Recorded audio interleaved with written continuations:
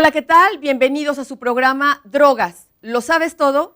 Esta es una producción del Instituto para la Atención y Prevención de las Adicciones en la Ciudad de México para Capital 21. Hoy vamos a hablar de rituales de pertenencia. Quédate con nosotros. Comenzamos.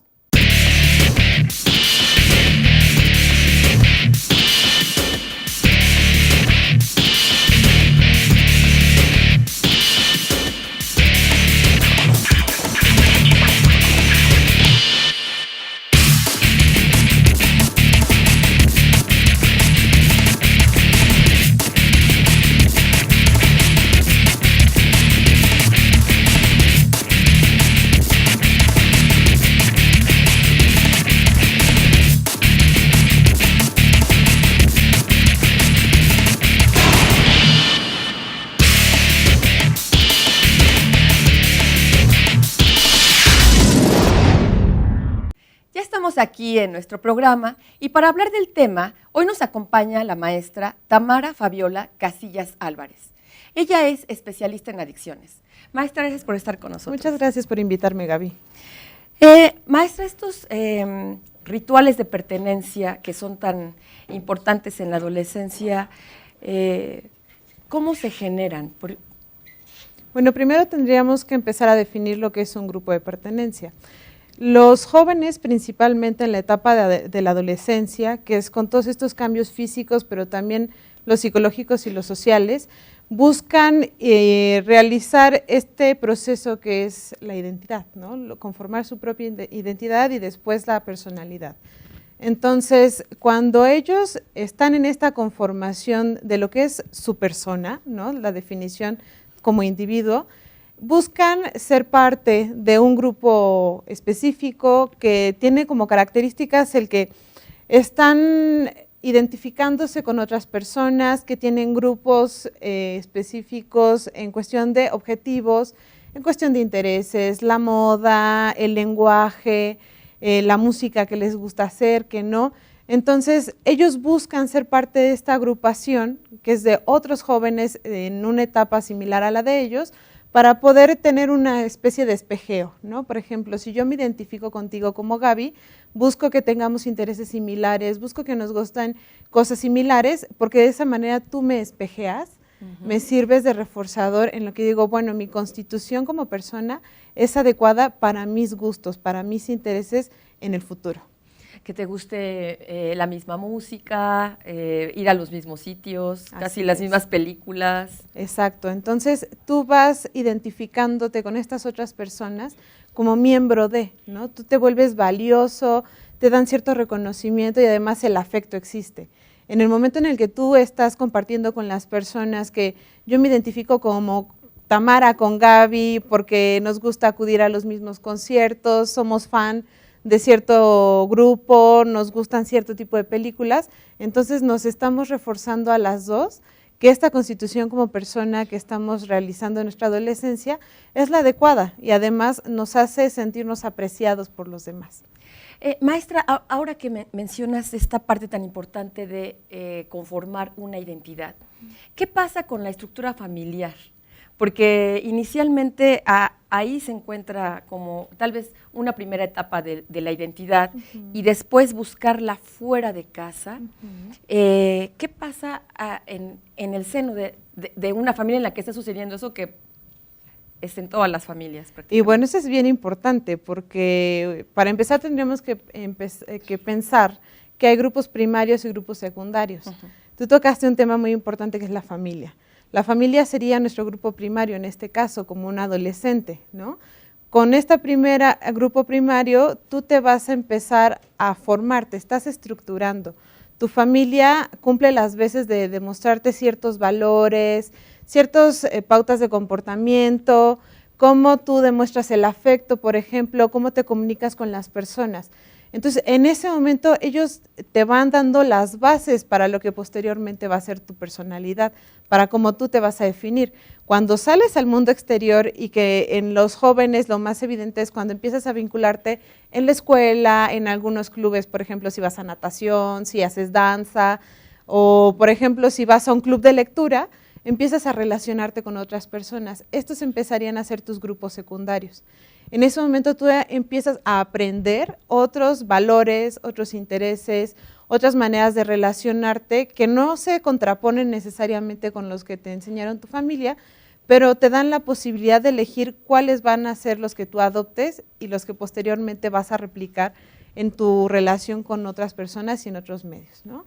Entonces, este movimiento que existe entre el constante ir y venir de la familia al exterior pone un reto en la familia, ¿no? Porque al final de cuentas el joven principalmente va a estar cuestionando constantemente lo que en la familia le enseñaron y al mismo tiempo va a empezar a salir a buscar la referencia de los pares, de los amigos. Entonces, en este momento la familia va a tomar un puesto secundario. Los más importantes son los jóvenes, los amigos, ¿no? Por eso es tan difícil para los padres, principalmente cuando están en esta etapa, retomar el interés o captar la atención de los jóvenes a lo que ellos están intentando enseñarles y que no le hagan tanto caso a los amigos. Ahí está lo difícil en realidad, porque para un joven siempre va a ser importante lo que mi mejor amigo me diga que lo que mi papá me sermonee y me enseñe. Sí. Sin embargo, si las bases han sido buenas, el joven va a tener esta oportunidad de sacar provecho de su pensamiento crítico y empezar a tomar decisiones por sí mismo. Maestra, ahora que explicas como esta posible confrontación que puede darse entre la familia y mi grupo de pares, de iguales, donde yo estoy conformando otra identidad, ¿qué sucede cuando los hermanos mayores, si hay una familia de varios hijos, está entrando a un grupo de pertenencia, pero hay uno más pequeño que está observando cómo está actuando ese hermano mayor y que quiera integrarse a un grupo de pertenencia que a lo mejor aún no le corresponde? Y bueno, ahí los papás tienen que hacer las veces de guías, ¿no? De formadores al final como son. Los hermanos mayores pueden tener la ventaja de enseñar a los más chicos cómo comportarse y qué será bueno para ellos o no. Pero cuando nos damos cuenta que los hermanos más grandes están en una situación de riesgo por su comportamiento o por su afiliación a algún grupo específico, en realidad los papás tendrían que empezar a poner límites a ese hijo mayor y empezar a reforzar al hijo menor, ¿no? Precisamente porque es un modelo que puede seguir y al tenerlo tan de cerca en la convivencia día a día y al final de cuentas al estar idealizado generalmente por los hijos menores, es un papel sumamente importante. Entonces ahí es cuando las reglas y los límites cobran aún mayor importancia al interior de la familia. Si no están estas reglas y límites claros sobre lo que se te permite ser y hacer en esa familia específica, en ese primer grupo de pertenencia, entonces podríamos decir que se nos van a caer los valores que se han venido enseñando a lo largo del proceso de la vida, ¿no? Y este hijo menor empezaría a cuestionar realmente si esas reglas y esos valores que se les han ido implementando en toda la familia, si realmente los papás están cuidadosos de que se lleve a cabo con todos, ¿no? Porque si yo veo que mi hermano mayor no está cumpliendo lo que los papás dicen, pues entonces yo realmente estoy aprendiendo que puedo infringir esas normas de la casa, ¿no? Eso es lo más importante. Después, reforzar lo que el chico todavía está haciendo bien y finalmente fortalecer que no llegue a hacer lo que está mal. Esto que menciono como que está mal sería más bien alguna conducta de riesgo. Y se me ocurre con el consumo de sustancias. Por ejemplo, si el hermano mayor, no sé, puede tener 16 años y el menor 12, y el mayor está empezando a consumir, se me ocurre, cigarro, ¿no? Tabaco, que es como la más común en esa etapa, podríamos pensar que el hermano menor está considerando o está introyectando que a los 16 puedo yo empezar a fumar porque mi hermano lo hace. Y además, como mi hermano es el mayor y es el hermano cool de la familia, ¿no? Porque está creciendo, entonces yo puedo aspirar a comportarme como él. Y entonces tengo 12 años y prendo mi primer cigarro, y aunque me ahogue y me den náuseas y me maree, pues al final de cuentas yo quiero ser como mi hermano mayor.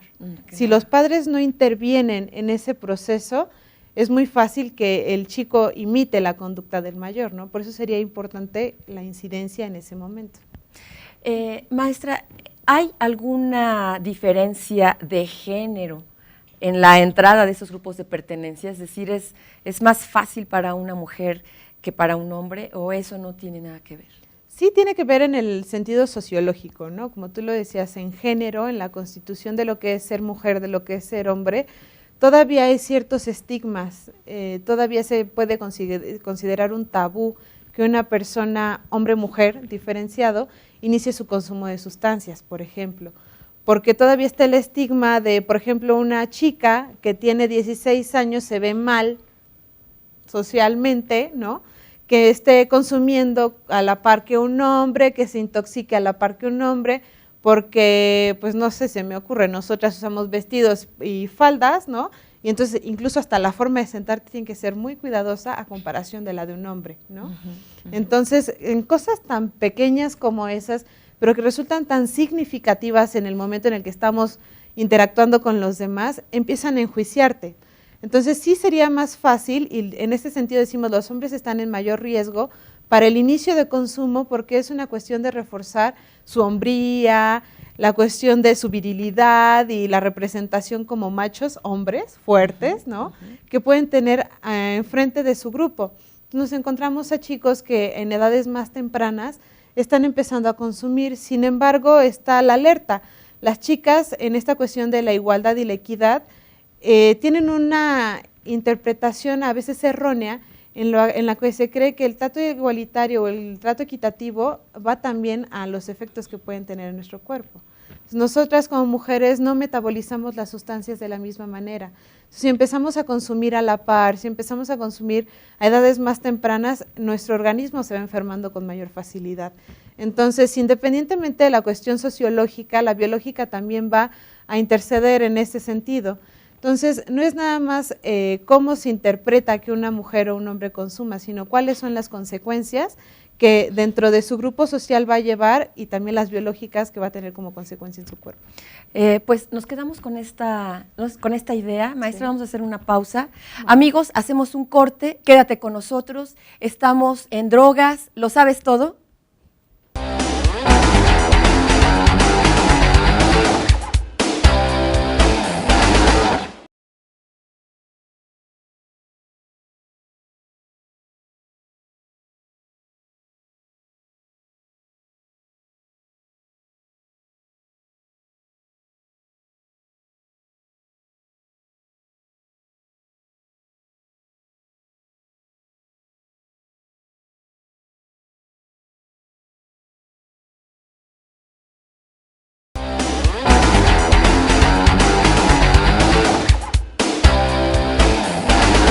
Ya estamos de regreso en nuestro programa Drogas, ¿lo sabes todo?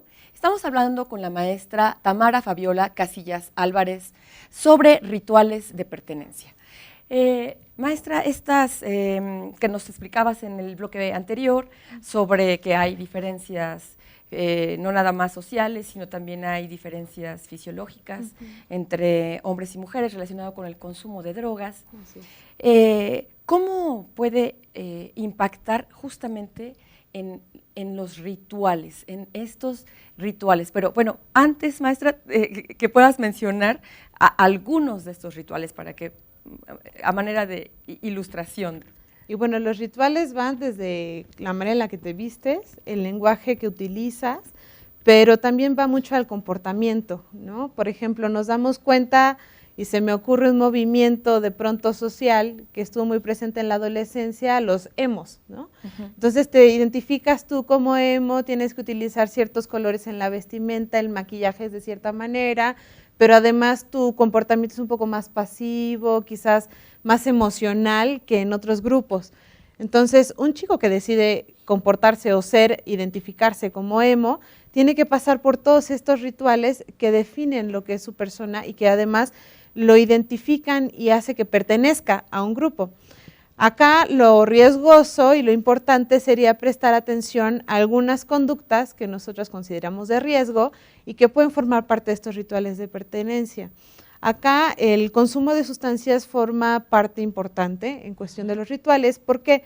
Porque actualmente en este mundo tan acelerado que vivimos, en lo que los chicos no pueden esperar tanto para recibir un estímulo, en el que constantemente están recibiendo estímulos auditivos, visuales, sensoriales, parte de los rituales de pertenencia están relacionados al consumo. Y esto es alterar la percepción, ¿no? Entonces, la intoxicación por sustancias pareciera que cobra un valor importante en la adolescencia en cuestión de experimentar, en cuestión de conocer, en cuestión de que uno reta los límites y las partes hasta donde te deja llegar la adultez, ¿no? Entonces, este sería el momento para probar todas estas experiencias sensoriales. Y entonces empezamos con el consumo, principalmente los que nos generan preocupación sería el tabaco y el alcohol, que al ser nuestras sustancias legales y socialmente permitidas, están muy al acceso de los jóvenes. A pesar de que existe una legalización de ellos y están regulados precisamente para su venta y distribución, llega a ser muy fácil que ellos tengan acceso.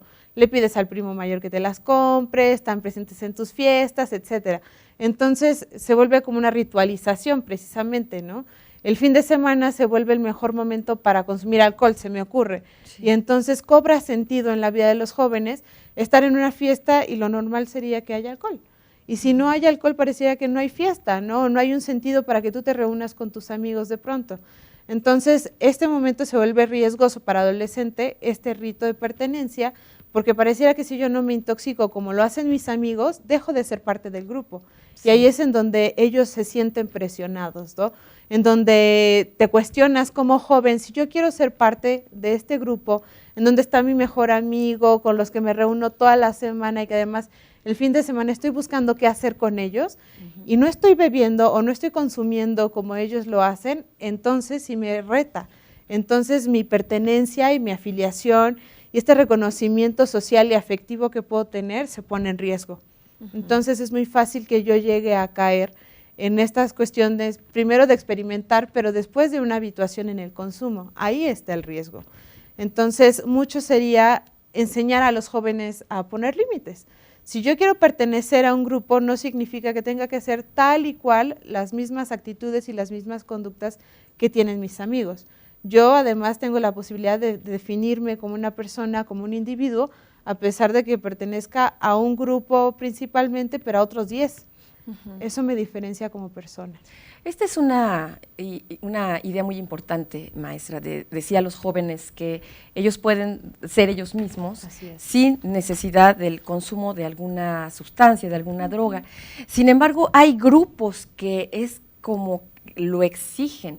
Si no te tomas, no sé, pienso en un determinado número de vasos llenos de determinado alcohol, ¿no? En un momento, ¿no? Si no lo haces seguido 7, pues entonces ya no formas parte del grupo, quedas fuera, o si fumaste y no le diste el golpe 4 veces, también estás fuera, y esas cosas que pueden ser, ejercer una presión de los pares de una manera muy fuerte, que el adolescente cómo puede salir avante de algo así. Y bueno, ahí es cuando nosotros apostamos a la resiliencia, ¿no? Si buscamos que un joven sepa definir lo que hacer y lo que no hacer, es decir, tomar una decisión asertiva para su persona, tendríamos que volver un poco para atrás, ¿no? En la infancia principalmente.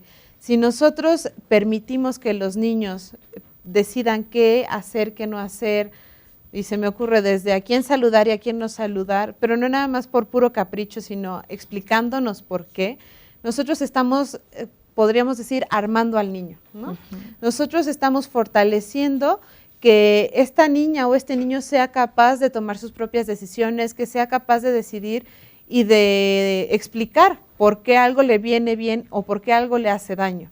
Si esto lo tomamos en cuenta desde la infancia, nosotros estamos ayudando a que los jóvenes, cuando lleguen a estos momentos en los que se cuestionan, en los que su autoestima se ve afectado, en los que te ridiculizan, se burlan de ti, etcétera, entonces en ese momento ellos van a sacar esta armadura de la cual nosotros dotamos cuando están en la infancia.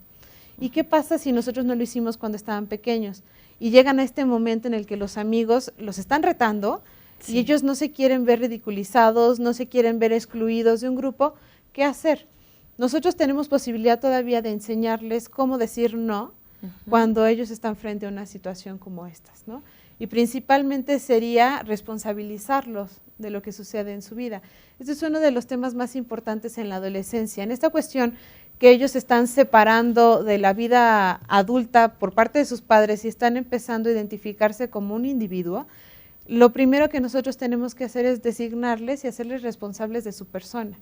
Ahora ya no soy yo como papá el que es totalmente responsable de lo que te suceda. Tú ya tomas tus propias decisiones y tus decisiones tienen consecuencias positivas y negativas.